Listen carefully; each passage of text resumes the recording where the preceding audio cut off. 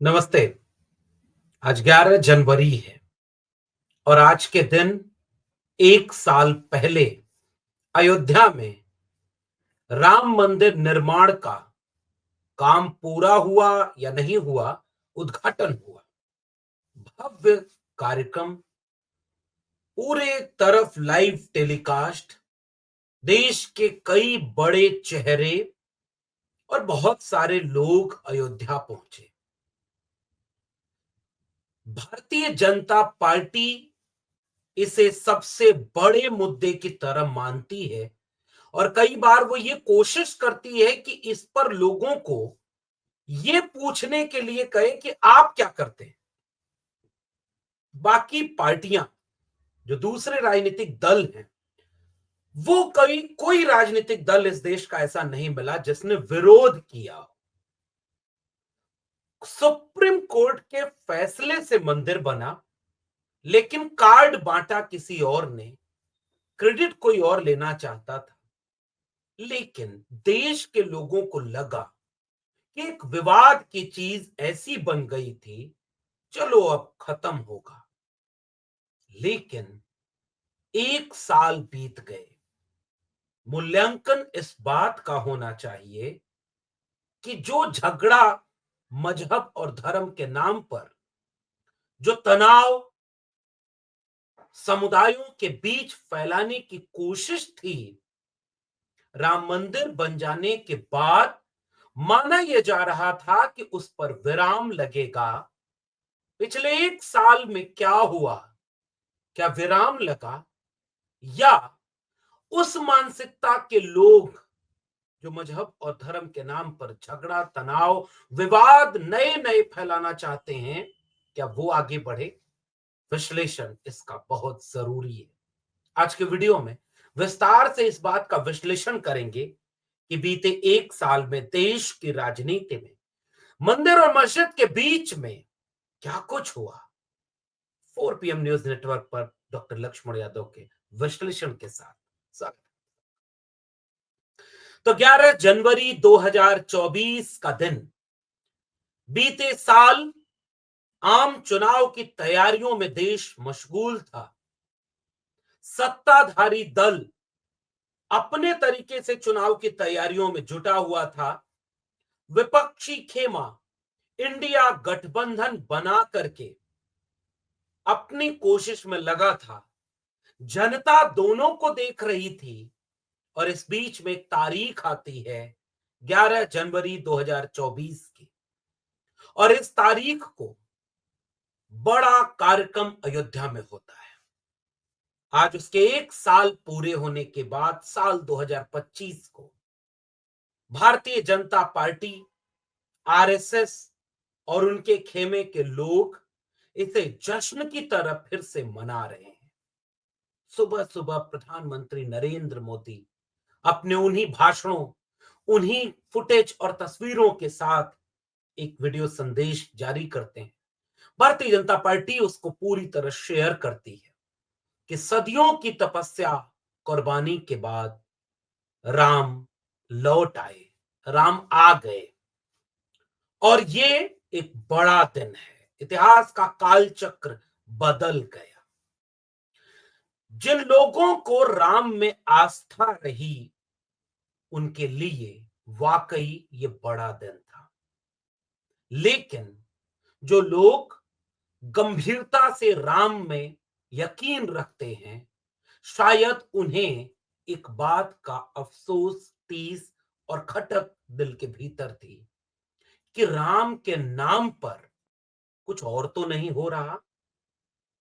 आपको बहुत दूर इतिहास के पन्नों में नहीं ले जाऊंगा, आज विस्तार से जरा इसकी बात करूंगा कि इसके पीछे सियासत क्या है, क्योंकि मजहब दिल के भीतर होता है। इस देश में कोई कबीर कह गए कि मुंह को कहां ढूंढे रे बंदे, मैं तो तेरे पास में।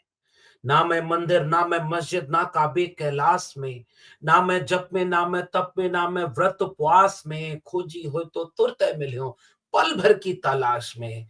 कहें कबीर सुनो भाई साधो, मैं तो हूं विश्वास में। ये वही देश जिसमें उसी साहित्यिक वांग्मय ज्ञान मीमांसा में दर्ज है कि ब्रह्म राम ते नाम बढ़ बरदायक वरदान, वही रामचरितमानस, वही तुलसीदास। निर्गुण ते ही भांत बढ़ नाम प्रभाव अपार, और कहो नाम बढ़ राम से निज विचार अनुसार।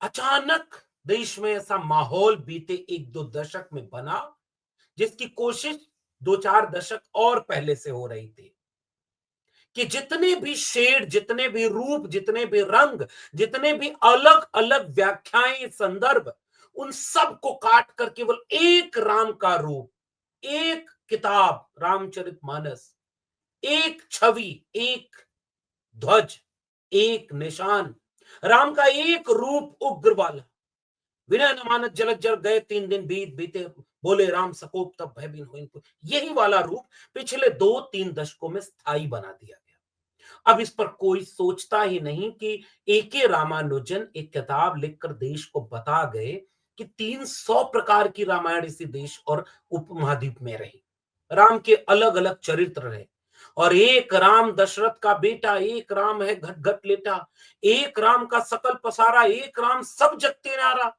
अब इन सारी चीजों को ऐसा लगता है कि कहीं पीछे छोड़ दिया गया। हिंदी के विद्वान, साहित्य के विद्वान भी अब ये सब नहीं बोलते, सबको डर लगता है। नहीं, जो ज्यादा जोर से सुनाई दे रही व्याख्या है, जो ज्यादा लोग उसको दोहरा रहे हैं, वही एकमात्र व्याख्या है। इसलिए अब उस व्याख्या पर बहुत समय खर्च करना, मैंने बहुत पहले बातें इस पर कर दी है, मुझे लगा कि लोग अब पढ़ना समझना नहीं चाहते। इसलिए भारतीय जनता पार्टी ने पिछले 2-3 दशक में जो व्याख्या की, जो संदर्भ बताए और जो छवि गढ़ी, अब उसका दावा है कि पूरा देश राममय है। पूरा देश अब न शिव को जानता है, न कृष्ण को जानता है, न हनुमान को जानता है, सब राममय हो गया। दक्षिण भारत में अब शक्ति की उपासना भी नहीं होती। शैव, वैष्णव, शाक्त के भीतर जो झगड़ा था, उसको अब कोई इतिहास में नहीं पढ़ना चाहता। ब्राह्मण ग्रंथ के बाद उपनिषदों को अब कोई नहीं पढ़ना चाहता। छठ दर्शन, उसमें सांख्य, वैशेषिक जो पदार्थवादी दर्शन है, अब उस पर कोई बात नहीं करना चाहता। कबीर, रैदास, पलटू दादू, भीखा, बुल्ले शाह, बाबा फरीद, चोखा मेला, बसवन्ना, नारायण गुरु, फूले, अंबेडकर, अब इन पर बात कौन कर रहा है जो उनको समझता और जानता है। लेकिन तस्वीरें अब ये बताई जाएंगी कि पूरा देश राममय है। ये राजनीति है, और भारतीय जनता पार्टी उस राजनीति को कर रही है। क्योंकि जब रथ यात्रा निकली, जब कार सेवा के नाम पर सब कुछ हुआ, और जब पूरी यात्रा निकली, पूरे देश में मंडल कमीशन के सामने कमंडल का, मंदिर का आंदोलन, ये इतिहास का फैक्ट है। और ओबीसी को जो हक मिलना था, एक बड़ी लड़ाई आजाद भारत की खड़ी हो रही थी, उसके सामने चूंकि उसका विरोध सीधे नहीं किया जा सकता था, तो प्रकारांतर से उससे बड़ा कोई इमोशनल मुद्दा छेड़ दो कि पूरे देश में यह चर्चा होने लगे कि रामलला हम आएंगे, मंदिर वहीं बनाएंगे। और उसके बाद कार सेवा के नाम पर मस्जिद ध्वस्त हो गई 6 दिसंबर 1992। और बार बार ये सवाल पूछा गया कि अगर मस्जिद ध्वस्त नहीं हुई होती तो क्या मंदिर बन जाता। खैर, ये बहुत लंबा विवाद है, बहुत तरह की बातें हैं, अब लोग उस पर दिलचस्पी नहीं रखते। सुप्रीम कोर्ट के फैसले में यह बात आई कि बहुत साक्ष्य और बहुत सारी चीजें हावी नहीं हुई, जनभावना। चलो भाई, एक बड़ी चीज है, इसको ऐसे कर दो, मंदिर वहां बन जाए और दूसरी जगह दूसरे इबादत घर बना ले। पढ़िएगा सुप्रीम कोर्ट का फैसला भी, शायद अब इस पर भी बात नहीं होती। शोर, हल्ला गुल्ला, इतना बड़ा हेलीकॉप्टर फूल बरसा रहा है, देश भर के बड़े बड़े लोग वहां मंदिर के सामने हैं, बहुत बड़ा इवेंट, और क्यों विपक्ष का कोई नेता नहीं गया, इसको देश कभी नहीं समझ पाएगा कि उसके पीछे राजनीति क्या थी। पूछा अखिलेश यादव ने कि जब मंदिर ट्रस्ट बना रहा था, सुप्रीम कोर्ट के फैसले से बना रहा था, तो बीजेपी वहां क्या कर रही थी। बहुत सारे सवाल हैं जो शायद पिछले 1 साल में अब अनुत्तरित रह गए हैं। आज सालगिरह है उसके, मंदिर बन गया, उसका चुनाव पर क्या असर हुआ, इसका विश्लेषण तो खूब हुआ और आगे होता रहेगा। इंडिया गठबंधन की तरफ से नीतीश कुमार जो सबसे बड़े चेहरा थे, इस पूरे प्रकरण के बाद 26 जनवरी तक ये पूरा प्रकरण चला, और उसके बाद वो एनडीए की तरफ चले गए। वही लोग जो नीतीश बाबू के लिए दरवाजे सम हमेशा हमेशा के लिए बंद हैं, सब कुछ कहते थे। मंदिर बन गया तो लगता था कि अब तो जो राम को लाए हैं हम उनको लाएंगे, और किसी को क्या लाएंगे। ये राजनीति थी जो राम के नाम पर हो रही थी। गाने बने, सीधे कैंपेन लॉन्च हुआ, जो राम को लाए हैं हम उनको लाएंगे। और जो दिल से धर्म और संस्कृति को, साहित्य को, आस्था को समझता है, वो आहत हुआ होगा। लेकिन शायद वो भी नहीं बोला कि राम को कोई इंसान कैसे ला सकता है, कौन राम को लाया, कहां से लाया, ये बात नहीं हुई। लेकिन पॉलिटिकल कैंपेन इस पर लॉन्च हुआ। चुनाव का परिणाम आया। अयोध्या, राम मंदिर जहां बना था, वो जिस लोकसभा कॉन्स्टिट्यूंसी में था, फैजाबाद, वहीं भारतीय जनता पार्टी हार गई। समाजवादी पार्टी के नेता, सामान्य सीट पर एक दलित उम्मीदवार, इंडिया गठबंधन के साझा प्रत्याशी अवधेश प्रसाद पासी को उसी अयोध्या और फैजाबाद के लोगों ने चुनाव जितवा दिया। और वहां से रोते हुए वीडियोस पहले वायरल हुई थी, जिनके मकान टूटे थे, जिनको मुआवजा नहीं मिल रहा था, उन्हीं अयोध्या के लोगों की वो रोती हुई तस्वीरें शायद छिप रही थीं। और उसके बाद दूसरे लोग रोते हुए सुनाई दिए कि अयोध्या वालों, तुम दगाबाजी कर गए, कहीं और हरा देते, अयोध्या हरा दिया। इससे रिश्ता पता चल गया कि मामला आस्था और धर्म का बाद में रहा होगा, या बहुत आस्थावान धार्मिक लोगों के लिए रहा होगा। ये वाला मामला तो राजनीति का था। अन्यथा कई शंकराचार्यों ने क्यों सवाल उठाए थे, मंदिर अधूरा है, प्राण प्रतिष्ठा का कार्यक्रम में दिक्कत है, और पूरे देश में डिबेट हुई थी। बारिश हुई, पानी टपका, फिर से लोग बोले, ये क्या हुआ, सड़कें धंस गईं, दीवार गिर गई। उसके बाद उसी अयोध्या के लोगों की पीड़ा, कोई अवधेश प्रसाद पासी संसद में खड़ा होकर बोला, मुआवजा नहीं मिला, लोग परेशान हैं, उनको दिक्कत हो रही है। डिबेट आगे बढ़ गई। आज साल बीत गया। अब आखिरी में वो बात जब सबसे जरूरी है, क्या उस समय के बाद आरएसएस प्रमुख का एक बयान आया कि राम मंदिर एक बड़ा सवाल था, निपट गया, अब हमें हर मस्जिद के नीचे से मंदिर ढूंढने से बाज आना चाहिए। क्योंकि उसके पहले काशी मथुरा, आपको नारा याद है, अभी अयोध्या झांकी है, काशी मथुरा बाकी है। और ये नारा कब लगा था? बाबरी मस्जिद पर हमला करके, उसे जमींदोज करके, उसके बाद लगाया गया था। थे मुख्यमंत्री मुलायम सिंह यादव जी, और कानून व्यवस्था को सुप्रीम कोर्ट में सरकार ने एफिडेविट दिया था कि हम उसकी कानून व्यवस्था की यथास्थिति बरकरार रखेंगे। कांग्रेस की सरकार केंद्र में, फिर बाद में कल्याण सिंह की सरकार, क्या क्या हुआ, कभी दिलचस्पी मिले तो इतिहास पढ़िएगा। बहुत कुछ हुआ, और उसके बाद भी लोगों को लगा कि चलो अब खत्म, जो हुआ सो हुआ। किसी ने राम मंदिर बनने का विरोध नहीं किया। राम के नाम पर राजनीति का विरोध हुआ, और आज भी होता है। लेकिन जो सबसे बड़ा सवाल इस देश का था कि क्या अब मजहब के नाम पर फसाद, दंगे, मस्जिद मंदिर का झगड़ा खत्म हो जाएगा। बीते कुछ दिनों की बात ये सबूत की तरह पेश होती है कि वो झगड़ा और बढ़ाया जा रहा है। और वो झगड़ा कभी काशी और मथुरा के नाम पर कोशिश हुई, ज्ञानवापी के नाम पर हुई, और उसका सबसे बड़ा उदाहरण और ताजा उदाहरण बनकर सामने आया संभल। संभल में ऐसा विवाद हुआ जो ये संकेत करता है कि केवल राम मंदिर की बात नहीं थी, केवल सबसे बड़े आस्था का सवाल नहीं था जो मोहन भागवत आरएसएस चीफ कह गए। अब लगता है कि ये सवाल दर सवाल, विवाद दर विवाद, चीजें आगे बढ़ेंगी। संभल हुआ, और उसके ठीक बीच में उपचुनाव हुआ था कुंदरकी का। सबूत के साथ लोग बताते गए कि जिन जगहों पर पूरा गांव अगर 1000 लोगों का है तो 800-900 वोट केवल बीजेपी को मिलते हैं, जो केवल मुसलमान है। और इसलिए नहीं, मुसलमानों को जो पार्टी टिकट नहीं देती, मुसलमानों की बात नहीं करती, वो केवल हिंदू हिंदू हिंदू हिंदू करती रहती है, उस गांव में बीजेपी 900 वोट लाती है और सपा के मुस्लिम कैंडिडेट को 1 वोट मिलता है, 0 वोट मिलता है उस बूथ पर। और बीजेपी के हिंदू कैंडिडेट को 800 वोट मिलता है, 900 वोट मिलता है। बंदूक तान के पुलिस वाला खड़ा हो जाता है। लेकिन ठीक उसके चंद दिनों बाद, क्योंकि ये जो हुआ था लोकतंत्र के इतिहास में ऐसा कभी नहीं हुआ था, इतना बड़ा कांड कुंदरकी में हुआ। जैसे ही इस पर चर्चा होने वाली थी, कुंदरकी से लोग लखनऊ पहुंचकर प्रेस कॉन्फ्रेंस करने वाले थे, उनको रास्ते में रोककर जेल में डाला गया। और ठीक उसी बीच में सर्वे के नाम पर, जो सर्वे एक बार हो चुका था, अचानक दूसरी बार सर्वे की टीम पहुंचती है, पीछे से जय श्री राम के नारे लगते हैं, विवाद होता है, 5 लोग मारे जाते हैं और संभल पूरे देश में चर्चा का विषय बन जाता है।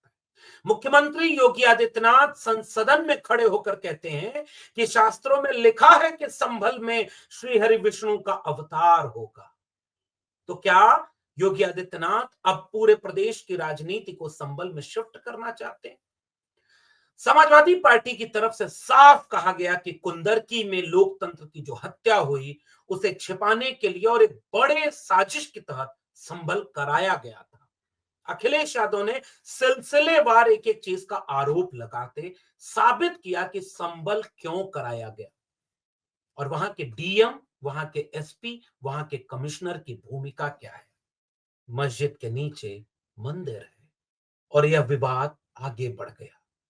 और उसके बाद कितनी तस्वीरें, आज तक जांच में साफ नहीं हुआ कि वो 5 लोग कैसे मरे, लेकिन तांडव पर तांडव वहां होते जा रहा है। क्या राम मंदिर के बाद देश मंदिर मस्जिद के झगड़ों को कम महसूस करता है या बढ़ गया? फिर कोई आया, उसने कहा कि दिल्ली की जामा मस्जिद के नीचे भी सर्वे होना चाहिए। फिर कोई आया और उसने कहा कि अजमेर शरीफ की दरगाह के नीचे सर्वे किया जाए। यानी नए नए विवाद बढ़ाते चले गए लोग। एक तरफ वही आरएसएस के मोहन भागवत ने कहा कि कुछ लोग हिंदुओं का सबसे बड़ा नेता होने के चक्कर में पता नहीं क्या क्या कर रहे हैं। लेकिन योगी आदित्यनाथ की राजनीति देश में बीजेपी प्रचारित करती गई, बंटोगे तो कटोगे, प्रधानमंत्री तक बोलते गए, एक है तो सेफ है। और बीजेपी ने कैंपेन लॉन्च कर दिया जिसका साफ इशारा हिंदू वोटों के ध्रुवीकरण की तरफ है। लेकिन वही भारतीय जनता पार्टी बड़ी चालाकी से सबका साथ, सबका विकास, सबका विश्वास, सबका प्रयास करती है, लेकिन पूरी पॉलिटिक्स उसकी हिंदू वोटों के ध्रुवीकरण पर है। इसीलिए वो जाति जनगणना का विरोध नहीं करती, सबको हिंदू बनाने की बात करती है, ताकि दलित पिछड़ों का आंदोलन इस देश में मजबूत न हो। जो बुद्ध की बात करता है, कबीर की बात करता है, जो अंबेडकर फूले पेरियार के मिशन की बात करता है, जो डॉक्टर राम मनोहर लोहिया के हिंदू बनाम हिंदू की बात करता है, जो भारत के संविधान की बात करता है, अगर वह विमर्श मजबूत होगा तो हक, हुकूक, हिस्सेदारी, न्याय और समता के आंदोलन खड़े होंगे कि शिक्षा किसको मिल रही, रोजगार किसको मिल रहा, सरकारी संपत्ति को बेच क्यों रहे हो, ये सवाल नव केंद्र में आए। इसलिए जाति की पहचान की राजनीति के खिलाफ धार्मिक ध्रुवीकरण की राजनीति तेज होती चली गई। प्रधानमंत्री नरेंद्र मोदी ने उसी अजमेर शरीफ में चादर भी भेजी। उर्स के समय वहां किरण रिजिजू प्रधानमंत्री का संदेश लेकर गए और खबरों की हेडिंग बन गई कि हम उन्हें पैगाम दे रहे हैं जो लोग इस तरह की बात कर रहे हैं। देखो, प्रधानमंत्री मोदी जी चादर भेज रहे हैं अजमेर, वो प्रधानमंत्री का संदेश लेके जा रहे हैं। लेकिन भीतर भीतर पूरे देश में हिंदू वोटों के ध्रुवीकरण के लिए कई ऐसे वकील, कई ऐसे लोग प्रायोजित तरीके से सामने आ रहे हैं जिनका रिश्ता बीजेपी और आरएसएस से बनता है। वो न्यायालय में जाते हैं, सर्वे की अपील दायर करते हैं, बिना दूसरे पक्ष के सर्वे की बात किए सर्वे की बात सामने आ जाती है। विवाद गहराते जा रहे हैं, मजहब और धर्म के नाम पर खाइयां बढ़ती जा रही हैं और यह पूरे देश की केंद्रीय राजनीति बन गई। विचार कीजिएगा आप भी, कि क्या हो रहा है इस देश और प्रदेश की राजनीति में। तो साल बीता है एक राम मंदिर के उद्घाटन का। जिन्हें मंदिर जाना है वो मंदिर जा रहे हैं। मंदिर बन भी गया। कोई एक राजनीतिक दल आप ये नहीं पाएंगे जिसने विरोध किया हो कि मंदिर नहीं बनना चाहिए। अखिलेश यादव ने तो एक जगह बोला कि हमारे यहां तो हर घर में मंदिर होते हैं। जो दिल में मानता है वो मंदिर रखता है, जो मस्जिद में मानता है मस्जिद में। अब योगी आदित्यनाथ लेकिन संभल के बहाने, कोई अजमेर शरीफ के बहाने कौन सा नया भारत बनाना चाहते हैं। योगी आदित्यनाथ कहते हैं कि कई साल से दंगे हुए हैं और जो 2 दशक 3 दशक पुराने दंगे हैं अब उनकी फाइल खोली जाएगी और देखा जाएगा कि हिंदुओं को किसने माना। इंटरव्यू देते हुए योगी आदित्यनाथ बोलते हैं कि हैवानों को सजा मिलनी चाहिए और अगर पुरानी फाइल खोली जाएगी तो केवल संभल की फाइल खुलेगी क्या। फिर हाँ, पहले तो आपकी भी सरकार रही, कल्याण सिंह ने क्यों नहीं खोली, राजनाथ सिंह ने क्यों नहीं खोली, और भारतीय जनता पार्टी की सरकार कई गठबंधन की रही है, उन्होंने क्यों नहीं खोली। 2025 के भारत में 40-50 साल पुराने दंगों की फाइलें अगर खुलने लगेंगी, खुदाई के नाम पर अखिलेश यादव कहते हैं कि वो सौहार्द खोद देंगे। वो क्या इसलिए हो रहा है कि बुनियादी सवाल जो आज नाकाम हो रही है सरकार, उस पर बात ना हो। उत्तर प्रदेश अपहरण उद्योग का केंद्र बनता जा रहा है। मुंबई से कोई आ रहा है, मेरठ तक जाने में अपहरण हो जा रहा है। हत्या बलात्कार रुक नहीं रहे। मंत्री मंत्री पर आरोप लगा रहा है कि 50 करोड़ तो एक साल में घोटाला हो रहा है और पैसा ले रहे हैं, एसटीएफ गोली मार रही है। उनका एक विधायक कह रहा है कि हर दिन 50,000 गायें काटी जा रही हैं। इन सब पर बात ना हो। स्कूल बंद किए जा रहे हैं, 5 साल से शिक्षक भर्ती नहीं आई है, लेकिन संभल में हुए दंगों की फाइल खोली जाएगी। योगी आदित्यनाथ इसकी तैयारी कर रहे हैं। फिर हाशिमपुरा की फाइल खुलेगी क्या, मेरठ की फाइल खुलेगी क्या। और अगर केवल पुरानी फाइलें खुलती रहेंगी तो मजहब के नाम पर क्या फसाद कम होंगे या बढ़ेंगे। राम मंदिर इसका सवाल पूछता है। आज का दिन इसका विश्लेषण का दिन है कि भारतीय राजनीति पर इस मंदिर आंदोलन का क्या असर हुआ, क्या मिला कुंभ के नाम पर जो हो रहा है। एक आदमी ने ट्वीट करते हुए लिखा कि इलाहाबाद ही पूरा कुंभ नहाने नहीं जाता, अयोध्या पूरा मंदिर में नहीं है। अयोध्या उन आंसुओं में भी है जिनको मुआवजा नहीं मिला, जिनको हक नहीं मिला, जिनके घर तोड़े गए, जिनका प्रतिनिधित्व अवधेश पासी ने किया। लेकिन राम रहीम के नाम पर लड़ाना एक नए भारत की तस्वीर कैसे हो सकता है, क्योंकि वो अब संभल पे बात कर रहा है, वो अजमेर शरीफ पे बात कर रहा है और ऐसे कई जगहों पर वो आगे बढ़ता चला जाएगा ताकि हिंदू वोटों का ध्रुवीकरण हो। जाति जनगणना मंडल कमीशन की रिपोर्ट, दलित पिछड़ों का हक, इन सब पर बात ही ना हो।